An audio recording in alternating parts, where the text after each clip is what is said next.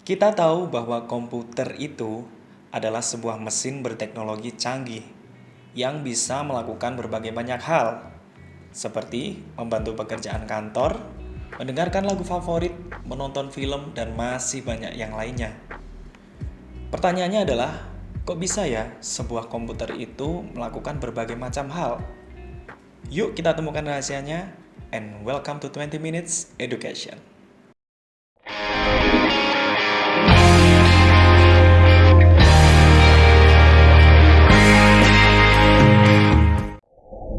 Sistem bilangan biner ditemukan oleh Gottfried Wilhelm Leibniz pada abad ke-17.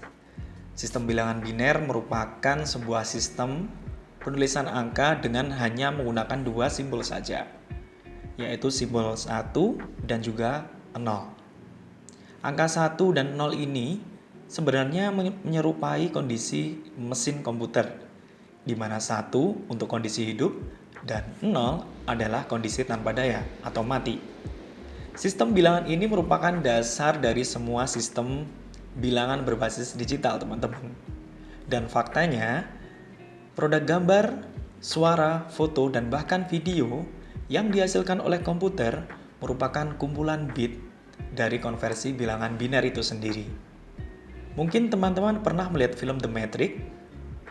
Jika kalian melihat film The Matrix, tentu teman-teman akan melihat satu scene yang mana menunjukkan angka 1 dan 0 dalam sebuah layar hitam dan juga teks berwarna hijau. Film The Matrix kental akan proses digitalisasi dari dunia nyata ke dunia teknologi mesin. Itu adalah gambaran dari sistem bilangan biner. Untuk mempermudah kita melihat cara kerja komputer, mari kita mulai dari melihat sebuah gambar. Dalam dunia digital, pixel identik dengan gambar. Pixel adalah unsur gambar atau representasi sebuah titik terkecil dalam sebuah gambar grafis yang dihitung per inci. Pixel sendiri berasal dari akronim bahasa Inggris Picture Element, yang disingkat menjadi pixel. Sebenarnya pixel adalah sebuah konsep yang menarik. Dengan ukurannya yang begitu kecil atau tiny, membuat kita gak mudah melihat ukuran pixel di layar monitor kita. Yang kita tahu ketika kita melihat layar monitor atau handphone, kita disuguhi sebuah gambaran grafis yang cukup memanjakan mata. Tetapi sebenarnya jika kita ingin melihat hal itu lebih jauh, kita akan melihat keajaibannya di sana. Ketika kita melakukan proses zoom in pada sebuah gambar atau image di layar monitor atau smartphone, di situ kita bakal melihat banyak banget kotak kecil. Dan bila kita besarkan lagi, kita bakal menemukan bahwa ada kumpulan cahaya red, green, blue atau RGB yang tentunya tersusun sangat banyak. Dan begitulah cara kerja pixel. Dari kumpulan warna RGB berukuran kecil menghasilkan sebuah gambar yang ada pada tampilan monitor kalian. Jika kita berbicara jumlah pixel, sebenarnya bergantung pada layar monitor itu sendiri. Jumlah berapa banyak pixel dalam sebuah layar monitor tergantung dari resolusi yang ada pada layar monitor atau screen. Dan pada perkembangannya, resolusi dimulai dari ukuran 480 dikali 640 dan sekarang berkembang lebih besar. Sehingga semakin besar resolusinya, tentunya semakin tajam dan semakin nyaman untuk kita lihat. Sebuah foto hanya berupa data yang merupakan hasil konversi dari bilangan biner. Bagaimana sebuah foto bisa memiliki warna?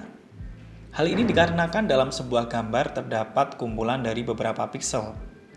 Dan setiap pixel bisa terdiri dari 24 hingga 16 bit, tergantung dari kedalaman warnanya. Jika kita memiliki 24 bit dalam satu pixel, artinya komposisi warna red terdapat ruang konversi biner sebanyak 8 bit, green sebanyak 8 bit, dan red sebanyak 8 bit.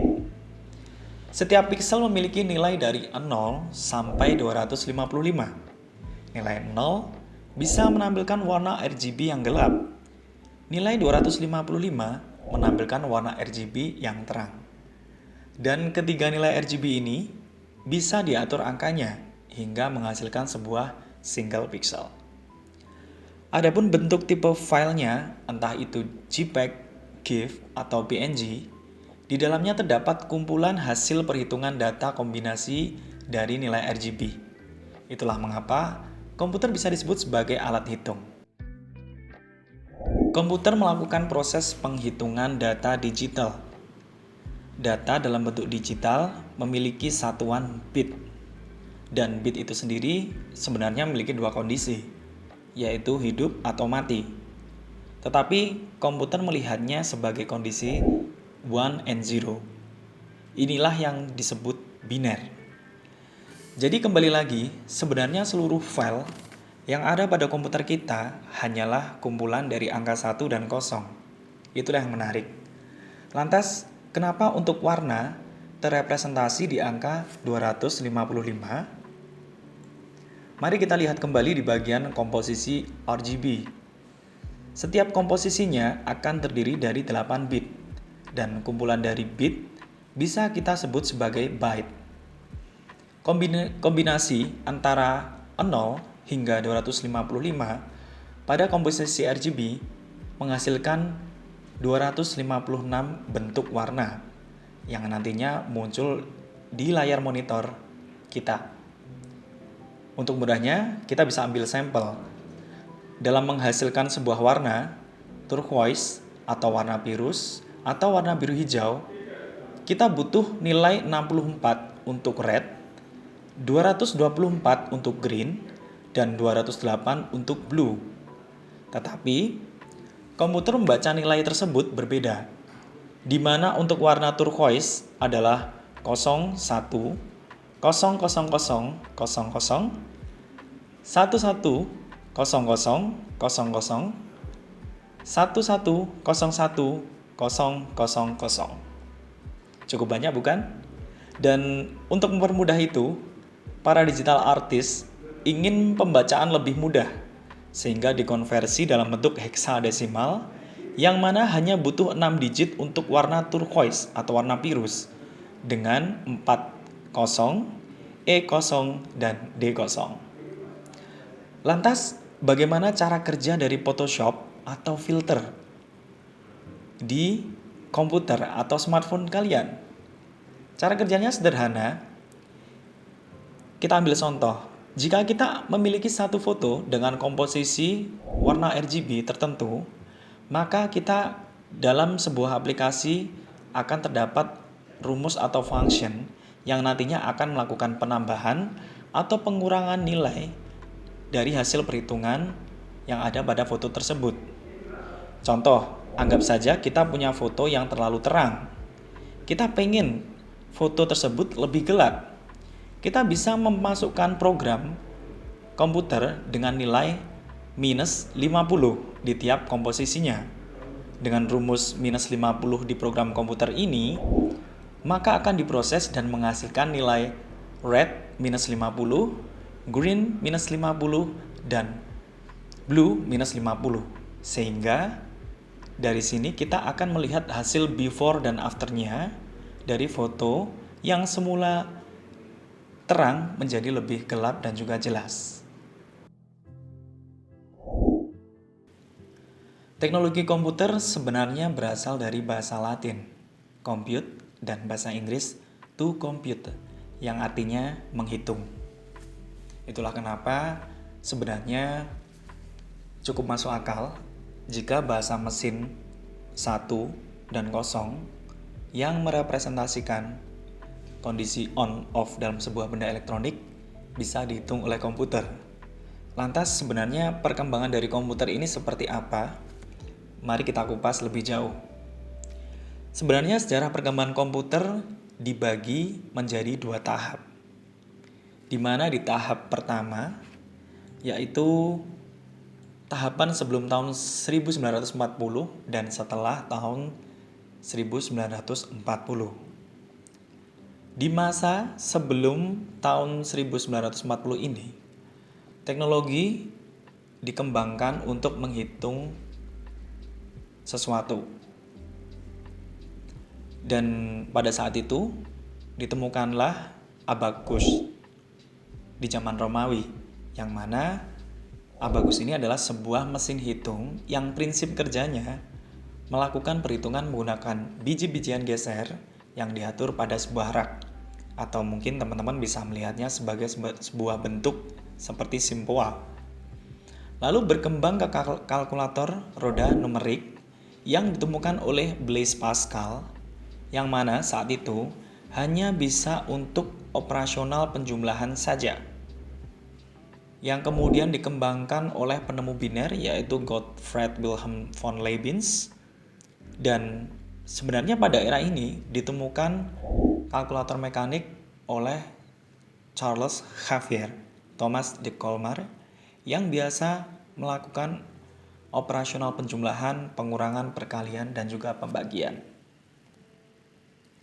Namun setelah perkembangan di tahun 1940, komputer mulai berkembang menjadi 5 generasi, di mana generasi pertama yaitu di tahun 1940 hingga 1959 sudah mulai ditemukan proses penyimpanan dan pemanfaatan menggunakan tabung vakum untuk memproses dan menyimpan data. Kemudian berkembang lagi di generasi kedua tahun 1959 hingga 1964, di mana di era ini sudah ditemukan teknologi transistor yang sangat membantu perkembangan komputer dalam menggantikan tabung vakum itu sendiri. Dan di era ini sudah mulai ditemukan juga bahasa pemrograman seperti COBOL dan juga Fortran. Kemudian berkembang ke generasi ketiga, yaitu di tahun 1969 hingga awal 80-an. Di sini Jack Kilby mengembangkan integrasi sirkuit atau IC.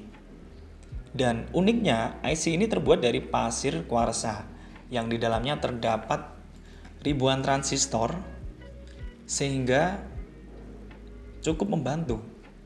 Dan secara umum IC ini berfungsi sebagai gerbang logik untuk mengendalikan sebuah rangkaian elektronik. Dengan adanya IC ini, semua peralatan elektronik bisa memiliki bentuk yang lebih tipis, praktis, dan konsumsi daya listriknya juga jauh lebih rendah. Berkembang lagi ke generasi keempat. Ketika semuanya sudah terarah, maka di generasi keempat ini hanya terfokus kepada pengembangan bagaimana melakukan riset dan juga development mengenai pengecilan ukuran sirkuit dan komponen elektronik. Sehingga pada generasi ini ditemukan beberapa penemuan, yaitu adalah teknologi large scale integration yang mana dapat memuat ratusan komponen dalam sebuah chip. Kemudian berkembang lagi teknologi Very Large Scale Integration atau VLSI yang bisa memuat lebih banyak, memuat ribuan komponen dalam sebuah chip tunggal.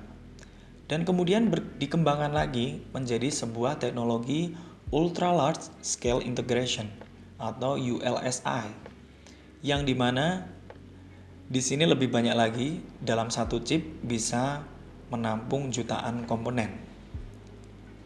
Dari berbagai generasi ini kemudian muncul generasi kelima, yaitu generasi masa depan yang sudah mulai terfokus pada pengembangan teknologi komputer yang terintegrasi. Seperti yang kita tahu, di berbagai macam perusahaan, di berbagai sektor pemerintahan sekarang lagi berlomba-lomba untuk mengintegrasikan seluruh data dan informasi menjadi terpusat. Dan di generasi kelima atau generasi masa depan nanti, semua terfokus pada kecepatan informasi. Terbukti dengan, ya seperti kita tahu, pengembangan internet sudah mengarah ke 5G. Banyak yang menganggap bahwa chipset itu ya prosesor atau CPU, dan prosesor itu ya chipset. Keduanya sama, hanya berbeda istilah saja.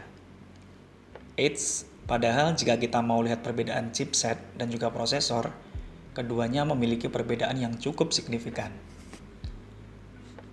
Kenapa kok bisa begitu? Sebenarnya kalau kita mau membaca lebih teliti mengenai spesifikasi komputer atau laptop, pasti di dalamnya akan ada informasi yang mana chipsetnya memakai apa, kemudian CPU atau prosesornya memakai apa.